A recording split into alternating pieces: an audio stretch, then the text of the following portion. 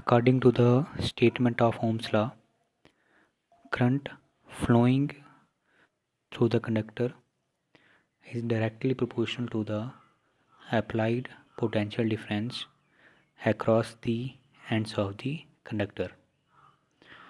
Ohm's law का statement ये कहता है कि करंट जो कंडक्टर में फ़्लो करती है वो डायरेक्टली प्रोपोर्शनल होती है पोटेंशियल डिफरेंस के, provided that temperature and other physical conditions of the conductor remains constant. It means current जो है वो डिपेंड करती है पोटेंशियल डिफरेंस के ऊपर, डायरेक्टली रिलेट करती है करंट पोटेंशियल डिफरेंस के साथ. इट मीन्स अगर आप पोटेंशियल डिफरेंस को बढ़ाओगे तो करंट बढ़ेगी, अगर आप पोटेंशियल डिफरेंस को घटाओगे तो करंट की वैल्यू घटेगी. पोटेंशियल डिफरेंस का मतलब होता है वोल्टेज. अगर आप वोल्टेज को बढ़ाओगे तो करंट बढ़ेगी, वोल्टेज को घटाओगे तो करंट घटेगी. इसमें टेम्परेचर का इम्पोर्टेंट रोल है कि आपको टेम्परेचर जो है कंडक्टर का वो कांस्टेंट रखना है, क्योंकि जब आप कंडक्टर का टेम्परेचर चेंज करते हो तो वहाँ पे आपको मे बी थोड़ा वो चेंज देखने को मिले, वो आप आगे जाके नेक्स्ट पढ़ोगे. फ़िलहाल स्टेटमेंट के अकॉर्डिंगली करंट जो है वो डायरेक्टली प्रोपोर्शनल है अप्लाइड पोटेंशियल डिफरेंस के. तो अगर हम मैथमेटिकली बात करें, करंट को डिनोट करते हैं आई के साथ, पोटेंशियल डिफरेंस को डिनोट करते हैं वी के साथ. सो करंट जो है वो डायरेक्टली प्रोपोर्शनल है अप्लाइड पोटेंशियल डिफरेंस के. तो यहाँ हम इसको ऐसे लिख सकते हैं, V directly proportional to I, V equals to R I. अभी हमने यहाँ से प्रोपोर्शनलिटी साइन को रिमूव किया तो हमारे पास एक कांस्टेंट आया R, जिसको हम बोलते हैं रेजिस्टेंस ऑफ द कंडक्टर. अब यहाँ से हम इसको ऐसे भी लिख सकते हैं, V upon I equals to R. It means V और I का जो रेशो होगा वो क्या रहेगा, कांस्टेंट रहेगा, क्योंकि R हमारे पास जो है वो एक कांस्टेंट है.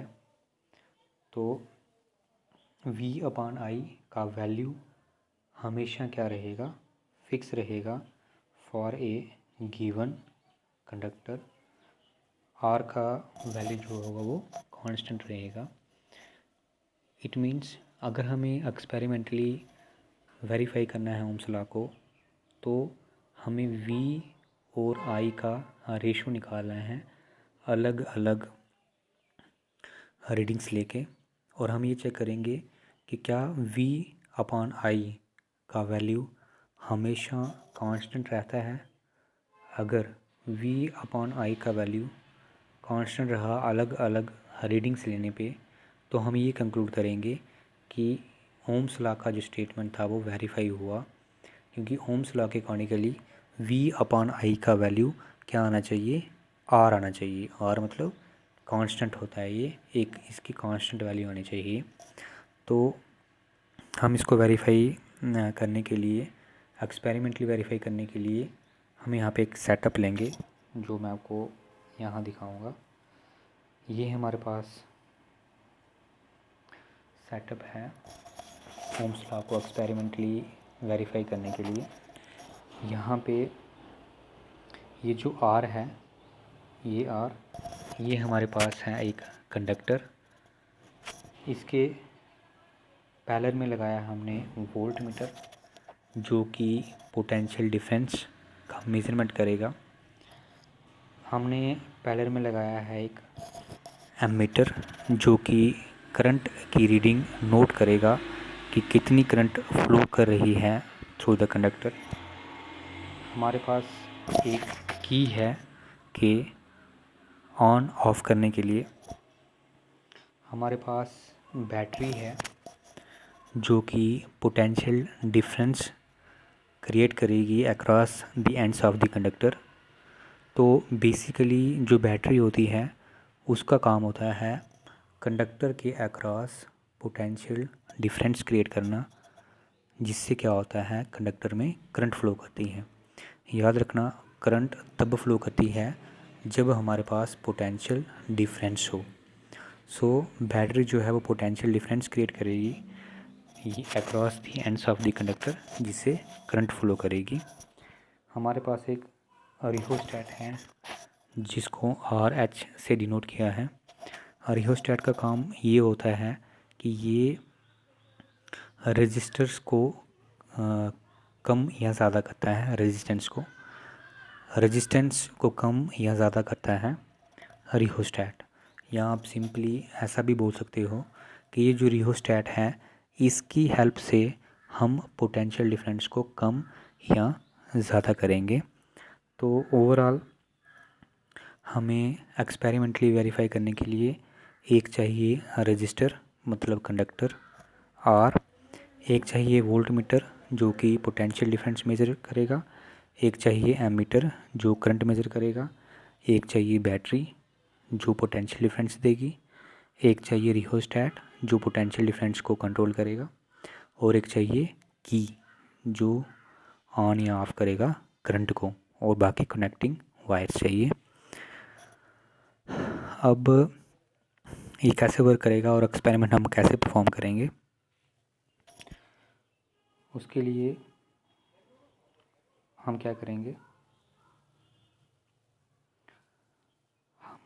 हम यहाँ दो टेबल बनाएंगे। एक में लेंगे पोटेंशियल डिफरेंस की वैल्यू और एक में लेंगे करंट की वैल्यू, और थर्ड कॉलम में हम लेंगे V/I का रेशो। तो हम क्या करेंगे, हम बेसिकली हम ये चेक कर रहे हैं कि V/I का वैल्यू क्या कांस्टेंट रहता है या चेंज हो जाता है। तो हम क्या करेंगे,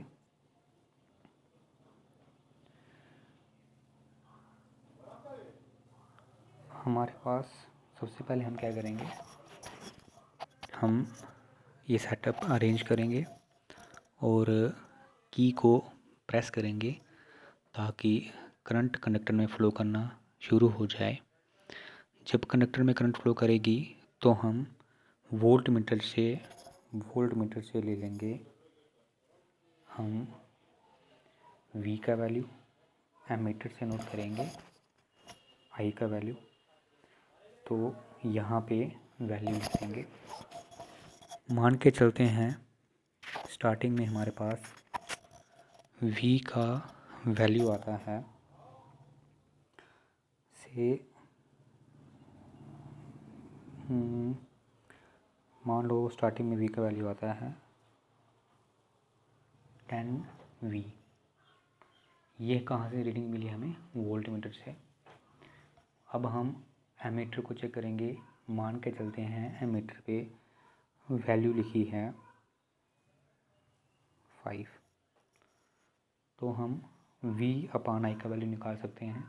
सो V/I का वैल्यू आएगा 2, तो 10 / 5 = 2।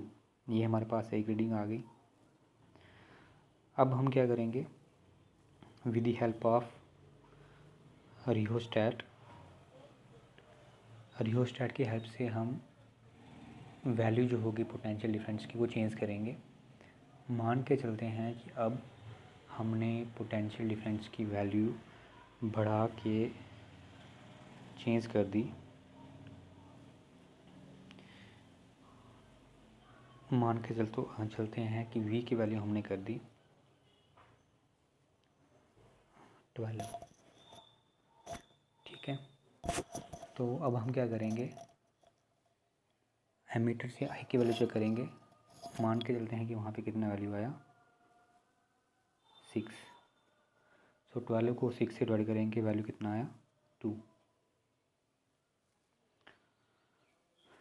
अब मान के चलो हमने रियोस्टेट से फिर वैल्यू चेंज कर दी पोटेंशियल डिफरेंस की, और मान के चलो वैल्यू कितनी आई हमारे पास, मान के चलो हमने ये वैल्यू कर दी 20। अब हम एमीटर से आई की वैल्यू चेक करेंगे तो क्या देखते हैं, मानो वहाँ पे वैल्यू है 10। सो डिवाइड करेंगे, वैल्यू कितना आया 2। सो आप क्या नोटिस कर रहे हो कि हम जैसे जैसे वैल्यू चेंज करेंगे v का, उसके कॉरस्पॉन्डिंग i की कुछ वैल्यू आएगी, और जब हम v और i का रेशो निकालेंगे तो वो वैल्यू क्या आएगी, कांस्टेंट आएगी। जैसे मेरा यहाँ पे 2 आया है।